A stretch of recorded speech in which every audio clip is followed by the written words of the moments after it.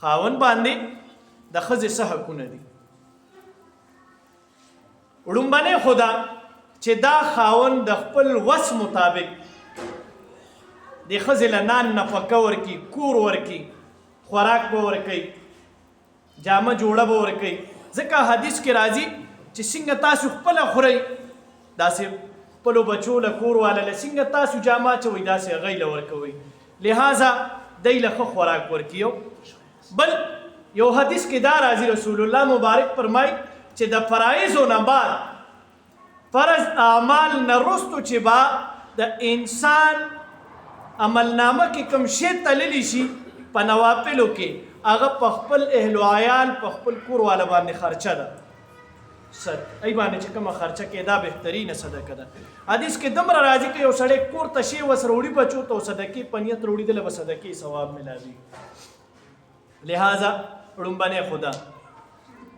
دویمه خبره خاوند له پکار دا ده چې د خپلې ښځې سره برملا د محبت اظهار کوي. اوس خو که د ښځې سره د محبت اظهار وکړو نو راشه که تودېږې ماما زوی دی لیونی دوی به لاړو شو.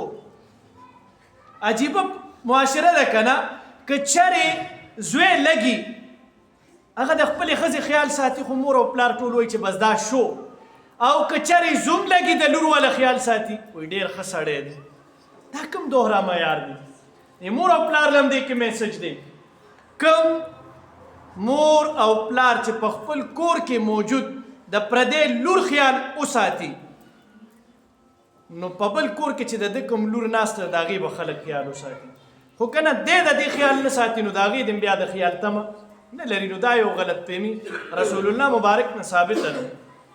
خپلې بیبي سره وسه کې برملا محبت کې رسول الله مبارک صلی الله علیه وسلم نه یو پیره تپوس وشو قربان یا رسول الله تاسو چا سره ډېره مینه کوئ؟ پیغمبر علیه الصلاة والسلام ورته وفرمیل عایشې سره. سائل سوال کوونکي تپوس کوي قربان یا رسول الله ابو بکر. حیران شو که ابو بکر خود رسول الله مبارک ډېر درینه ساتیو.